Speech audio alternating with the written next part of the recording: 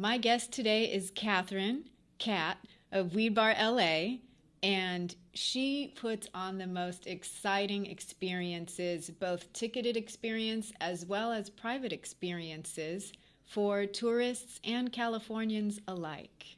Welcome to the show, Cat. Thanks for having me. Well, I would love for our viewers to know about your history with cannabis and how you entered the cannabis industry. Sure. I genuinely love weed with all my heart. It has been such a blessing in my life, from an anxiety, kind of OCD, having trouble eating standpoint. So I kind of always thought that it was my duty to help people understand the benefits of cannabis in a really safe way.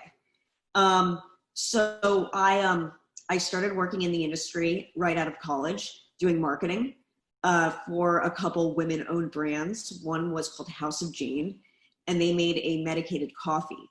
So I sent them an email and just said, caffeine and cannabis are my two favorite things. Can I work for you? And they wrote back and said, sure. So that is how I got into the industry. And then I started writing for High Times because I thought there were stories to tell within cannabis about people using it in sophisticated ways, people doing good in the world because they're using cannabis. So that was really an honor to be able to have that platform. And after covering cannabis trends, I realized I could just do it a lot better. So I started WeedbarLA, and that's my events company. That is, before COVID, a community-based cannabis group, basically. And it's been a pleasure to introduce people to cannabis on one hand, and also to surprise veterans. And it's not necessarily that everyone's just getting really stoned. It's that they're experiencing cannabis in a new way. And I feel very honored that that's my job right now. I know, it's the best job in the world, huh? So the inspiration for Weed Bar LA was, you basically saw something missing as far as cannabis offerings, it sounds like. My dream from the very beginning was just to be able to get high and do a Shabbat service. I love Shabbat. There's always cake. It's fun with community. It's great. Jews are inherently anxious, so there's a little bit of crossover there.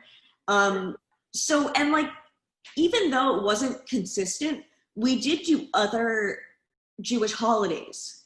So we did like a Puff Puff Passover.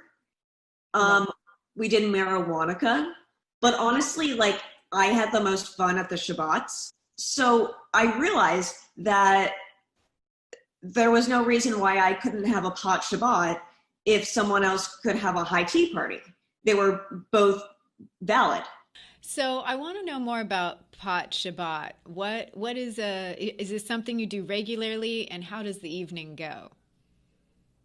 So my dream is to do it on a regular basis, but as we both know, cannabis events are not only difficult to pull off, but they're complicated for an infinite amount of reasons, primarily financial reasons. So to do it right, it was a investment. So it kind of started out with once every quarter, and then it's kind of declined. Now with COVID, I'm like, oh man, we need to bring back Pot Shabbat. Like, we all need it. As soon as this is over, like, we are starting this again and going all out. I'm there. You're there, thank God, yeah.